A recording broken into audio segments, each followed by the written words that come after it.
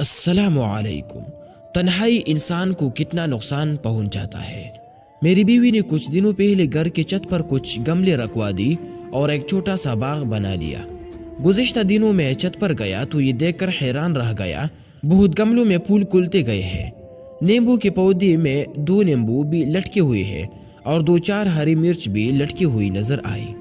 میں نے دیکھا کہ گزشتہ ہفتے اس نے بانس کا جو پودا گملے میں لگایا تھا، اس گملے کو گھسیٹ کر دوسرے گملے کے پاس کر رہی تھی۔ میں نے کہا، تم اس باری گملے کو کیوں گھسیٹ رہے ہو؟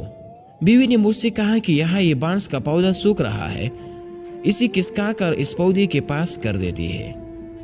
میں ہنس پڑا اور کہا، ارے پودا سوکھ رہا ہے تو کاٹ ڈالو، پانی ڈالو، اسی کسکا کر کسی اور پودے کے پاس کر دینے سے کیا ہوگا؟ بیوی نے مسکراتی ہوئی کہا، یہ پودا یہاں اکیلا ہے اس لیے سوکھ رہا ہے، اسے اس پودے کے پاس کر دیں گے تو یہ پھر لہلہا اٹھے گا۔ پودے اکیلے میں سوکھ جاتے ہیں لیکن انہیں اگر کسی اور پودے کا ساتھ مل جائے تو جی اٹھتے ہیں۔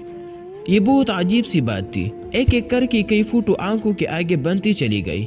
ماں کی موت کے بعد والد صاحب کیسے ایک ہی رات میں بوڑھے بلکہ بہت بوڑھی ہو گئی تھی۔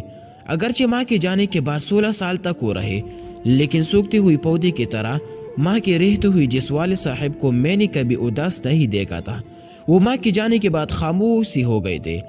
مجھے بیوی کی یقین پر مکمل اعتماد ہو رہا تھا۔ لگ رہا تھا کہ سچ مچ پودے اکیلے میں سوکھ جاتے ہوں گے۔ بچپن میں ایک بار بازار سے ایک چھوٹی سی رنگین مچھلی خرید کر لایا تھا اور اسی شیشے کے جار میں پانی بھر کر رکھ دیا تھا۔ مچھلی سارا دن گمسم رہی۔ میں نے اس کے لیے کانا بھی ڈالا لیکن وہ چپ چاپ ادھر ادھر پانی میں گھومتی رہی۔ سارا کانا جار کی تلہڑی میں جا کر بیٹھ گیا۔ مچھلی نے کچھ نہیں کھایا۔ 2 دنوں تک وہ ایسے ہی رہی اور ایک صبح میں نے دیکھا کہ وہ پانی کی سطح پر الٹی پڑی تھی۔ آج مجھے گھر میں پالی وہ چھوٹی سی مچھلی یاد آ رہی تھی۔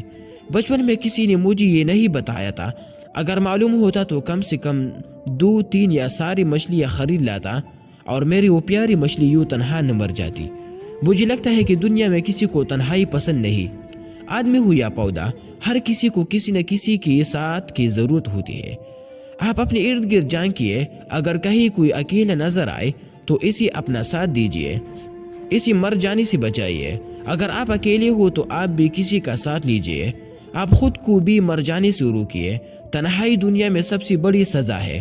گملے کے پودے کو تو ہاتھ سے کھینچ کر ایک دوسرے پودے کے پاس کیا جا سکتا ہے، لیکن آدمی کو قریب لانے کے لیے ضرورت ہوتی ہے رشتوں کو سمجھنے کی، محفوظ کرنے کی اور سمیٹنے کی۔ اگر دل کے کسی گوشے میں آپ کو لگے کہ زندگی کا رس سوکھ رہا ہے، زندگی مر جا رہی ہے، تو اس پر رشتوں کی محبت کا رس ڈالیے، خوش رہیے اور مسکرائیے۔